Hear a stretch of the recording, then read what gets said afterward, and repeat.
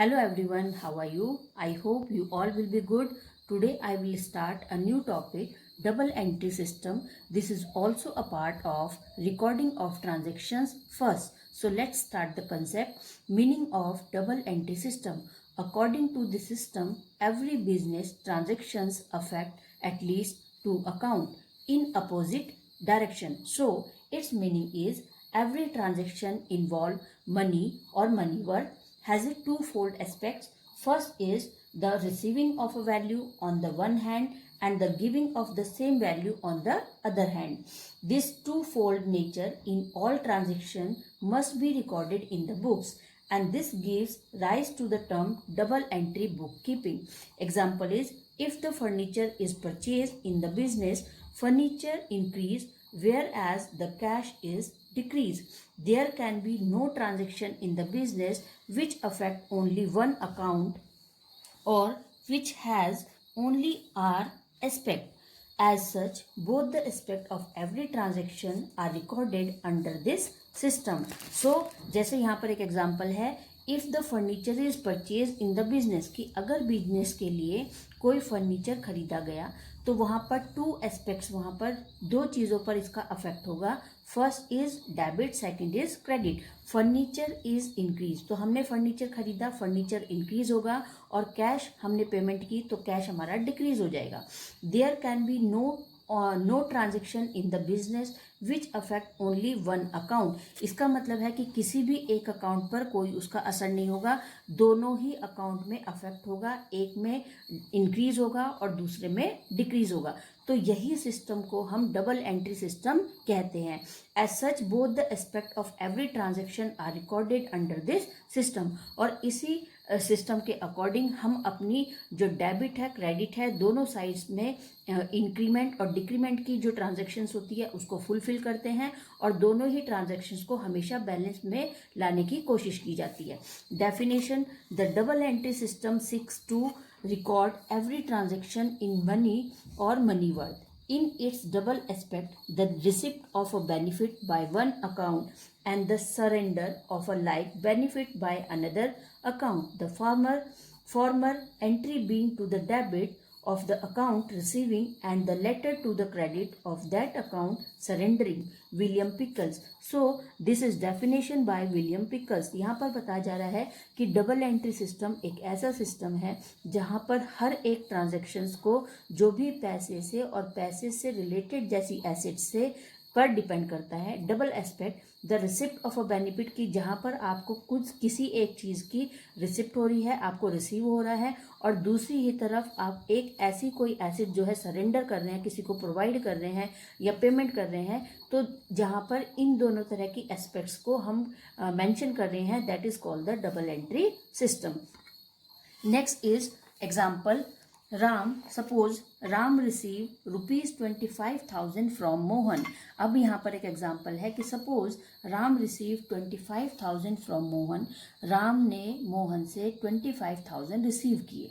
This transaction affect two account. तो यहाँ पर एक ट्रांजेक्शन से टू अकाउंट पर उसका असर होगा. First is cash account and second is the Mohan account.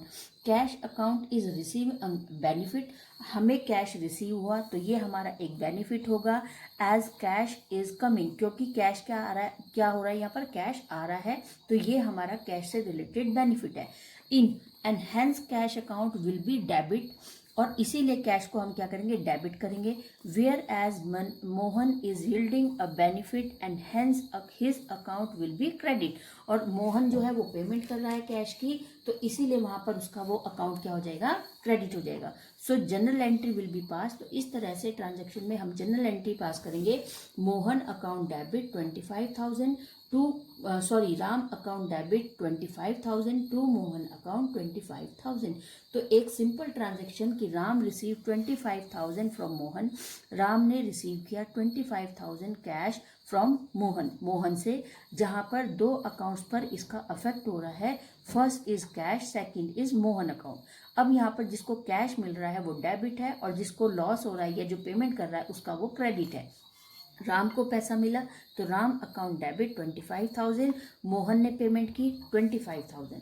Ram receive cash from Mohan. अब यहाँ पर एक एग्जाम्पल को, इसी एग्जाम्पल को मैंने यूज़ किया है कि एक सिंगल एंट्री से हम किस तरह से लेज़र को भी प्रिपेयर करते हैं। वैसे तो मैंने लेज़र के बहुत सारे क्वेश्चंस आपको अभी तक एक्सप्लेन किए हैं, लेकिन फिर से एक बार चलिए यहाँ पर देखते हैं। जनरल एंट्री हमारे पास है, Ram account debit 25,000, Mohan account 25,000। जिसका नाम सबसे पहले होता है, सबसे पहले उसी का लेज़र प्रिपेयर होता है। राम का नाम सबसे पहले है तो राम का अकाउंट सबसे पहले लेज़र बनेगा। फॉर्मेट है date particular JF amount, date particular JF amount. This is the credit side and this is debit side and this is credit side. यहाँ पर हमारी डेबिट की ट्रांजेक्शन्स होंगी और यहाँ पर हमारी क्रेडिट की। राम अकाउंट डेबिट, राम का लेज़र हमने ओपन किया, राम को रिसीव हो रहा है पैसा, लेकिन किससे? मोहन से। तो राम को पैसे रिसीव हो रहे, डेबिट रिसीव हो रहा है, लेकिन कैसा मिला? टू का मतलब से, किससे पैसा मिला? मोहन अकाउंट डेबिट 25,000, कि मोहन से हमें 25,000 रिसीव हुए, जो किसको हो रहे हैं? राम को। इसी तरह से दूसरा यहाँ पर जो जनरल एंट्री की सेकंड ट्रांजैक्शन है वो है टू मोहन अकाउंट 25,000। तो यहाँ पर अब हमने सेकंड लेजर जो ओपन किया है वो है मोहन। मोहन ने पेमेंट की तो इसीलिए उसका क्रेडिट हो रहा है, तो उसकी ट्रांजैक्शन, उसने जो पेमेंट की है वो किसके लिए की है? राम के लिए। तो यहाँ पर पेमेंट हो रही है बाय राम 25,000 और किसकी तरफ से? मोहन की तरफ से। तो इसी तरह से राम को पेमेंट मिली, राम को कैश मिला मोहन से और मोहन ने कैश दिया किसको? राम को। तो इस तरह से एक जनरल एंट्री से हमें दो लेजर जो है, टू लेजर प्रिपेयर करने पड़ते हैं, जैसा मैंने आपको पहले भी बताया है। Next is characteristics of double entry system. Double entry system is based upon the principle that every debit has a credit, कि जो भी आएगा वो जाएगा। every credit has a debit, कि जब कुछ जाएगा तो हमारे पास हमेशा आएगा। कि every debit, हमेशा जो प्लस हो रहा है वो माइनस होगा, जो माइनस हो रहे हैं वो हमेशा प्लस होंगे। तो इस एक फंडामेंटल पर बेस है हमारा डबल एंट्री सिस्टम, कि अगर हमारे पास कुछ आ रहा है तो हमारा जा भी रहा है, और अगर हम कुछ दे रहे हैं, पे कर रहे हैं, तो हमें बदले में कुछ ना कुछ मिल भी रहा है, रिसीव भी हो रहा है। ठीक है। First is every business transaction affect two accounts. Its meaning is every business transaction has a two fold effect. First is debit, second is credit. Certain transactions में affect more than two account, but the amount of account is to be debited and credited will always be equal, कि जो भी यहाँ पर transactions debit और credit की use होंगी, लेकिन हम अगर वहाँ पर करेक्शन करना चाहें तो हमें पता चलेगा कि अगर बोथ साइड्स आर इक्वल, दोनों साइड्स इक्वल आ रही हैं, that is it is correct. तो ये क्या है? सही है। Second is recording of both personal and impersonal. Next is recording of both personal and impersonal aspect. It's meaning is both personal and impersonal aspect of a transaction are recorded in double entry. It's possible that both the aspect of a transaction may be personal or both may be impersonal, or one may be personal or other may be impersonal. This concept I will explain in next video. Next is recording is made according to certain specified rules. So the rules in double entry system is debit and other is credited. It does not mean that any account may be debited or any account may be credited. There are certain rules of debiting and crediting, and debits or credits are made on the basis of these rules. So in recording is made according to the certain specified rules. Never it will be happening that always debit will be debit and credit will be credit. It will be depend on the rules. Next is preparation of trial balance. Preparation of trial balance is account is debited. Suppose one account is debited and other is credited. Total all the debit is always equal to the all credits. This help is finding out the arithmetical accuracy of the accounting records. This is done by preparing a trial balance. So next topic is classification of accounts. Classification of accounts is divided in two parts. First is personal, second is impersonal. It's also divided in two parts. First is real, second is nominal. Personal account meaning is the account which relate to an individual firm, company or an institution are called personal account. Personal account का मतलब है कि कोई भी ऐसी individual firm, company, कोई भी institution या कोई भी इंडिविजुअल पर्सन है जो पर्सनल अकाउंट में काउंट होता है. Like Mohan account, Ram account, bank account, capital account of proprietor account. जैसे कि सपोज अगर मेरा कोई बैंक में अकाउंट है तो वो मेरा पर्सनल अकाउंट है. मेरी परमिशन के बिना कोई भी मेरे अकाउंट में इंटरफियर नहीं कर सकता. सो इस तरह के जो एग्जांपल्स हैं, जो इंडिविजुअल अकाउंट है किसी भी पर्सन का, वो उसका पर्सनल अकाउंट होता है. इसका रूल है debit the receiver and credit the giver, कि जिसको रिसीव होता है वो डेबिट है, जिसको जो देने वाला है वो क्रेडिट है. Example, paid 20,000 to Hari. Paid means cash, cash pay किया जा रहा है टू हरी, किसको? हरी को. तो यहाँ पर एंट्री प्रिपेयर होगी, Hari account debit 20,000 to cash account 20,000.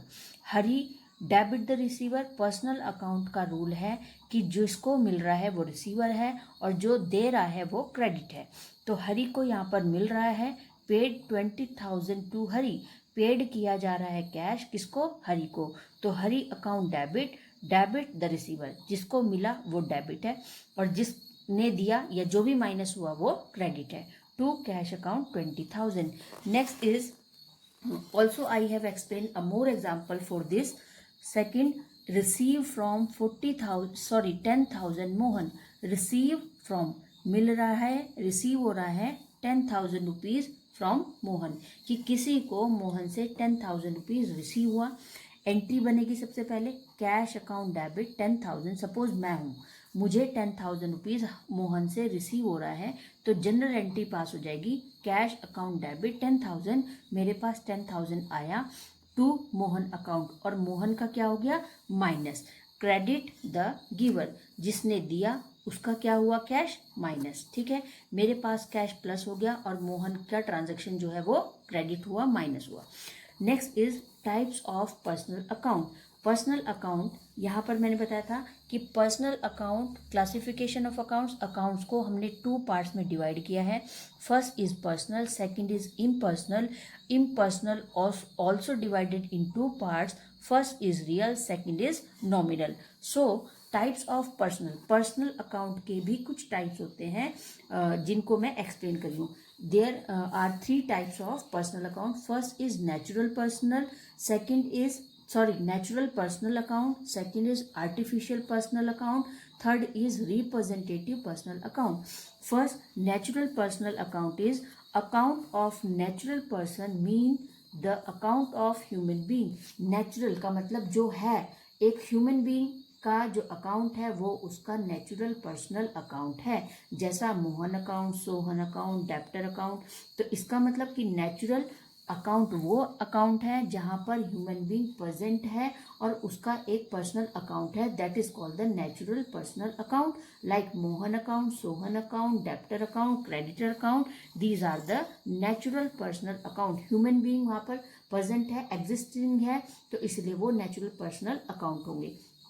Next is artificial personal account. Artificial का मतलब है कि जहाँ पर कोई नहीं है लेकिन हमने एक आर्टिफिशियल पर्सन या फिर कोई ऐसी चीज़ है जो हमने क्रिएशन की हुई है, that is called the artificial personal account. These account do not have physical existence. ऐसी कोई इस तरह के अकाउंट का कोई भी फिजिकल एग्जिस्टेंस नहीं है on human being, but they work as personal account. कोई ह्यूमन बीइंग नहीं है, किसी का कोई पर्सनल एग्जिस्टेंस नहीं है, पर उसकी फिजिकल एग्जिस्टेंस नहीं है, उसकी फिजिकली कोई बॉडी नहीं है, लेकिन तब भी वो एक पर्सनल अकाउंट की तरह हमारे साथ काम कर रहा है. एनी फर्म अकाउंट, किसी भी फर्म का अकाउंट. बैंक अकाउंट, ये बैंक अकाउंट का मतलब कि बैंक कोई ह्यूमन बीइंग नहीं है, कोई उसका फिजिकल एग्जिस्टेंस नहीं है, लेकिन फिर भी वो एक पर्सनल अकाउंट की तरह हमारे लिए काम करता है, that is called the artificial personal account. Next is representative personal account. When an account represent a particular person और group of persons, it is called representative personal account.